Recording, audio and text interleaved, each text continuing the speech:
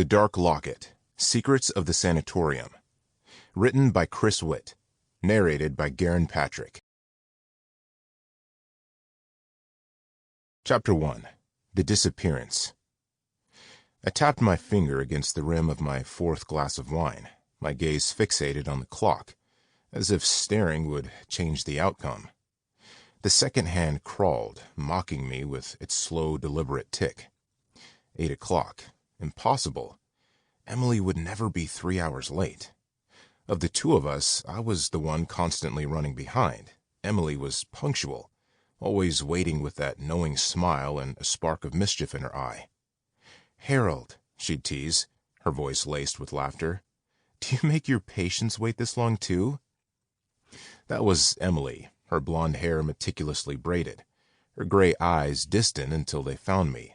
Every dinner, every study session, she'd be there first. Tonight was supposed to be different. I had made sure of that. Dinner at my place. No chance of me being late this time. No excuses. I glanced at the table set for two. The chicken croquettes lay cold and untouched, the gravy a congealed mess pooling beneath the breading. My eyes were drawn to the centerpiece, a small unopened black box. Inside, a simple gold band awaited.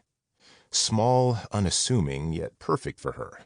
I envisioned it on her hand, the way her eyes would light up when she saw it. The moment I'd been dreaming of for weeks. The apartment was small but cozy, with a combination kitchen, entryway, and dining area all in one. A modest wooden table, scuffed but sturdy, occupied the center, surrounded by mismatched chairs that had seen better days. The kitchen was filled with the comforting scent of home-cooked meals, with pots and pans hanging above the stove. On the opposite side of the apartment, a bedroom and bathroom provided a private retreat. Everything had its purpose, nothing overly ornate or extravagant, yet each piece seemed to hold a story of its own. Like the ring, it wasn't expensive, far from it, but the simplicity felt right. It wasn't about the cost. It was about Emily, and I knew the moment she saw it, she'd understand. The silence stretched on, thick and suffocating. My fingers twitched toward the rotary telephone on the side table, the urge to call gnawing at me. I'd already dialed her number twice, the dial spinning slowly beneath my fingertips. No answer. My stomach churned, tightening into knots. What if she hadn't heard it? Maybe she was deep into her dissertation, too absorbed in her work to notice the ringing. Or maybe she wasn't home at all. "She's on her way," I muttered, though the words felt empty, as if saying them could make it true. My voice barely cut through the stillness of the room. Another glance at the clock.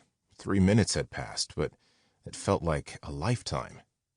The scenarios ran wild in my head. Had she tripped and twisted her ankle?